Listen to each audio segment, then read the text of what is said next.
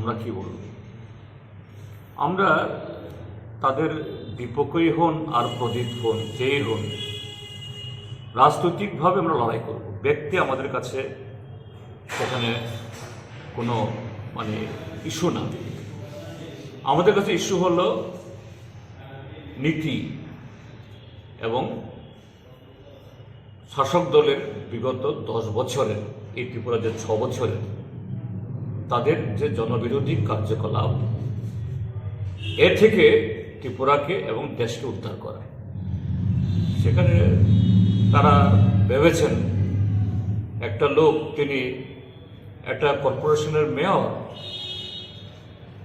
উত্তর পূর্বাঞ্চলের সবচেয়ে পুরনো মিউনিসিপ্যালিটি হলো এই আগরতলা, ইভেন গুয়াহাটি, শিলচর থেকেও পুরনো। জনসংখ্যার দিক থেকে হয়তো গুয়াহাটির থেকে কম, তেজপুর বা যোরহাট থেকে কম, কিন্তু ঐতিহাসিক এবং সাংস্কৃতিক ভৌগোলিক গুরুত্বের দিক থেকে আগরতলা ওই শহরগুলো থেকে অনেক অনেক বেশি গুরুত্বপূর্ণ। এখানে তার বহু কাজ। আগরতলার মানুষ এই যে মশার কামড়ে ঘুমোতে পারছে না, এখন তাড়াতাড়ি সন্ধ্যাবেলা ভাত খেয়ে মশার ভিতরে ঢুকতে হয়। তো এরকম একটা লোক, যাকে মেয়র হিসেবে আরো বেশি বেশি করে দায়িত্ব পালন করা উচিত।